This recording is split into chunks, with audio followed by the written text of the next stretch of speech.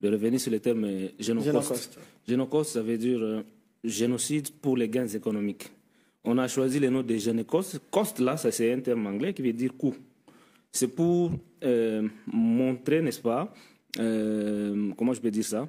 Génocide, c'est pour exprimer, n'est-ce pas, les coûts que subit ou bien donner la nature au génocide du Congo. Parce que plusieurs fois, on nous a présenté les génocides que nous vivons dans notre pays comme si ce sont des génocides ethniques. Or, le véritable mobile de ces génocides sont le minerai. Nos peuples sont victimes de crimes contre l'humanité, de crimes de violation des droits humanitaires internationaux, pour qu'un certain groupe des impérialistes, bien entendu, qui utilisent le Rwanda et d'autres agresseurs, en fait d'avoir accès à nos minerais de façon illégale. Or, certains médias ont cherché à démontrer que non, ce sont des conflits ethniques entre telle ethnie et un tel autre, alors que la réalité, la réalité, elle est économique. Mais en fait, c'est le contrôle. On cherche plutôt à contrôler les sources. On cherche à contrôler les sources naturelles, les sources d'approvisionnement de matières stratégiques. C'est pourquoi un groupe de jeunes, il faut comprendre que le Génocide, ce n'est pas une initiative du gouvernement congolais. C'est un groupe de jeunes qui se sont mis ensemble pour qu'on puisse commencer à commémorer, pour revendiquer, n'est-ce pas, la justice et la réparation de victimes. Le choix de la date du... C'est un groupe de jeunes qui ont commencé à manifester à ce qu'on puisse, n'est-ce pas, commémorer ce que nous avions perdu comme... C'est quel groupe ça? Il y a plusieurs associations de jeunes. Et c'est après que le gouvernement a récupéré et a officialisé. Parce que l'objectif était que les génocides soient d'abord reconnus à l'interne ici, de façon officielle. Parce qu'au départ, même nous à l'interne, on ne parlait pas des génocides. Le gouvernement n'avait pas encore... On parlait de Makobola quand même. Non, on a parlé de Makobola, de Kassika, tout ça. Mais la reconnaissance officielle au niveau du gouvernement congolais, ça n'a pas jamais été le cas. C'est, je crois, l'année passée ou l'année antérieure que le président Tshisekedi a officialisé, n'est-ce pas, les génocides à l'interne. Et ça, c'est un pas positif quand même.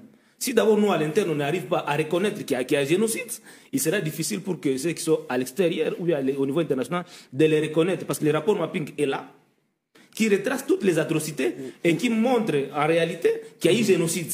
Oui. Mais à l'interne, ici, on n'avait jamais déclaré ça. Oui, mais M. Mbalama, comment vous expliquez cette absence de conscience des choses aussi tragiques, aussi dramatiques qui se déroulent dans notre pays? On croit que ça ne se passe pas juste à côté de nous, mais c'est très loin. Lorsque vous dites Kassika aujourd'hui, Makobola, bon, les gens croient que c'est à des milliers de kilomètres d'ici.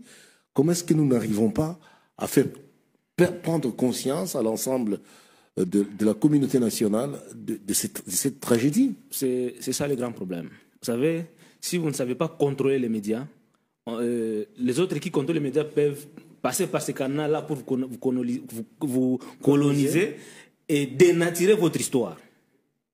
Nous avions connu des génocides. Il y a des ethnies, des groupes religieux qui ont été assassinés dans le but unique de les exterminer. Si vous allez, je crois, à Fizi, Baraka, il y a une religion qu'on appelait Malkia ou Bembe. Cette religion a été exterminée à l'entrée de l'Afdel, accompagnée évidemment par les RDF. À Kassika, vous avez parlé de Kassika, vous avez parlé de Makobola, où on avait enterré des femmes vives. Et parmi elles, certaines étaient enceintes. Ils ont été enterrés vives.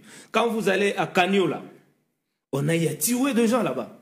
Toutes ces informations-là sont répertoriées. Et ceux qui ont fait le travail des rapports MAPI, ce ne sont pas des Congolais.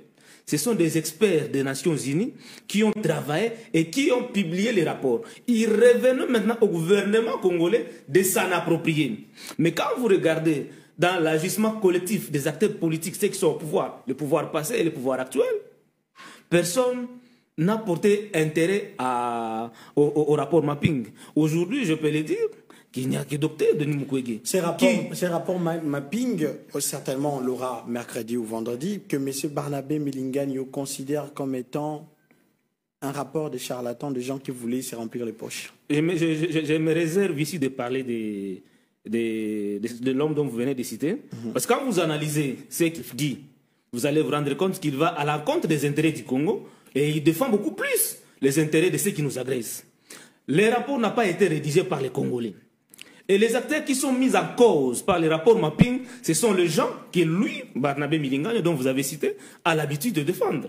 Les rapports mapping citent nommément de gens avec qui Barnabé Milingane a combattu au RCD.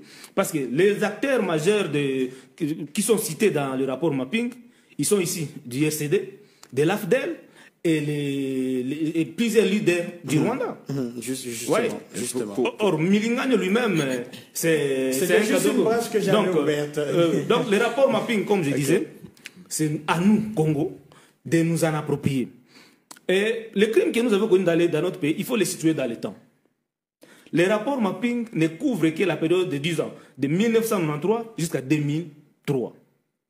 Et voilà pourquoi Dr Denis Mukwege a toujours insisté à ce que le tribunal pénal international soit institué pour juger les crimes commis